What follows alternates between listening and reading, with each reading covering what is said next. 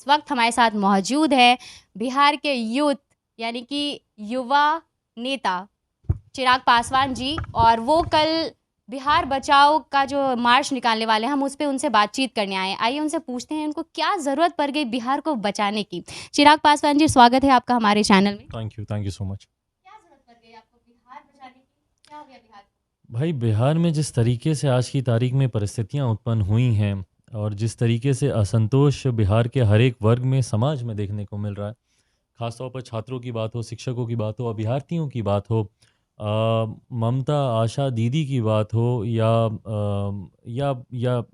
जिस तरीके से आपराधिक घटनाओं को लेकर समाज में एक डर भय का माहौल खड़ा हुआ है, या जिस तरीके से मुजफ्फरपुर के बाद हम लोगों ने कभी सोचा नहीं था कि ऐसी शर्मनाक घृणित घटना की पुनरावृत्ति होगी, पर पटना में जिस तरीके से बालिका सुधार गृह में छोटी छोटी बच्चियों को देह व्यापार में उनको घसीटा जा रहा है, ये तमाम विषय ने समाज में एक डर, भय, एक अराजकता का माहौल, एक असंतोष का माहौल, एक आक्रोश का माहौल उत्पन्न किया है। और इन तमाम बातों को लेकर ही हम लोगों ने बिहार बचाओ मार्च, बहरहाल ये मैं अपने नेता की के कार्यों को भी आगे लेकर जा रहा हूँ। मेरे नेता, मेरे पिता स्वर्गीय रामविलास पासवान जी ने इससे पहले 2 बार बिहार बचाओ यात्रा उन्होंने की थी। मौजूदा मुख्यमंत्री नीतीश कुमार जी के खिलाफ ही उनकी ये दोनों यात्राएँ रही थी। वो तो सफल हुई। बिल्कुल, तो उन्हीं तो की ही मतलब सोच को इन्हीं अच्छे लेकर। कदम पे चलना है तो ये सफल होगी आपकी ये जो बिहार बचाओ यात्रा है। उसके बाद ये सारी जो चीज़ें हो रही है लड़कियों के साथ या शिक्षकों के साथ या फिर स्टूडेंट्स के साथ, वो नहीं होगी, ऐसा कोई उम्मीद कर सकते हैं कल के बाद?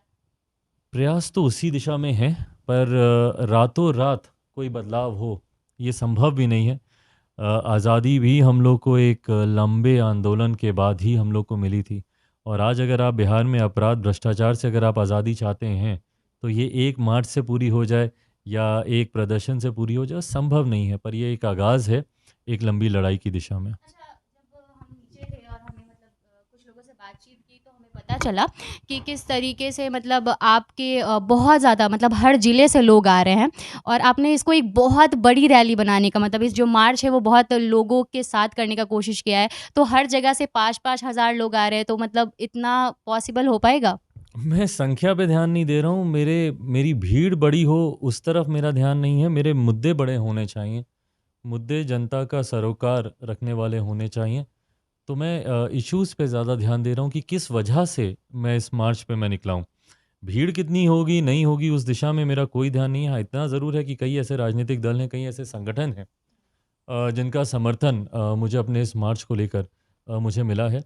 बट तैयारी आप बोलें कि वो बहुत ज़्यादा हम लोगों ने तैयारी की है, कोऑर्डिनेशन चल रहा है, ये सब बिल्कुल भी नहीं। स्वतः जो लोग इस मार्च का हिस्सा बनना चाह रहे हैं, उन सब लोगों का स्वागत है। लोगों का स्वागत है, जो लोग अपने मर्ज़ी से इस मार्च का हिस्सा बनना चाहते हैं। अच्छा, आप अभी बता रहे थे कि रोका भी जा रहा है आपको इस मार्च में मतलब लोगों को आने से, उसके बारे में कुछ बताइए? नहीं, बिल्कुल देखिए, कहीं न कहीं पुलिस ने घेराबंदी तो करने का प्रयास किया ही, और हम लोगों को जिस तरीके से अधिकारियों के फ़ोन आते हैं, मेरे पार्टी के नेताओं को, और उनको फ़ोन कर कर उनके द्वारा कहा जाता है कि कहिए अपने नेता को कि मार्च टाल दें, जगह बदल दें, धरने पर बैठ जाएँ, चल के नहीं जाएँ, ये नहीं करें, वो नहीं करें।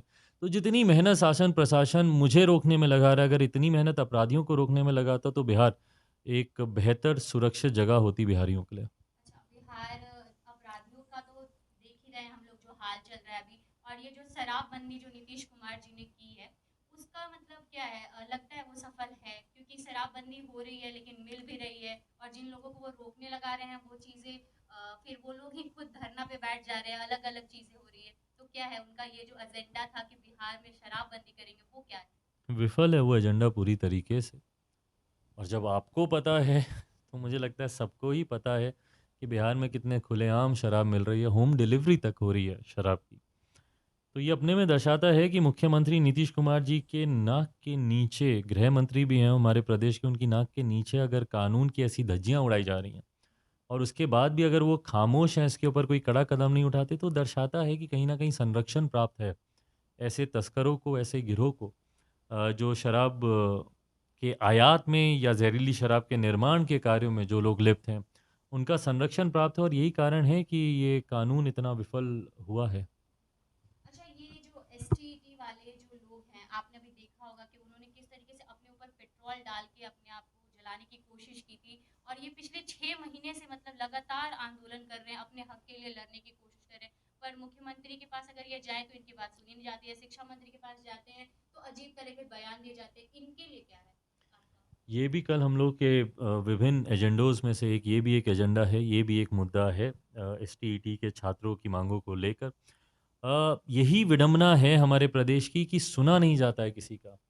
मुख्यमंत्री नीतीश कुमार जी ने एक ऐसा तानाशाही रवैया उन्होंने अपना लिया है कि बिहार की जनता मरे जिए उन्हें कोई फ़र्क नहीं पड़ता। पराकाष्ठा देख लीजिए किसी की प्रताड़ना की कितनी हो सकती है कि वो व्यक्ति आत्मदाह तक करने को तैयार है, उसको जीवन को समाप्त करना जीवन जीने से ज़्यादा सरल उस व्यक्ति को महसूस हो रहा है।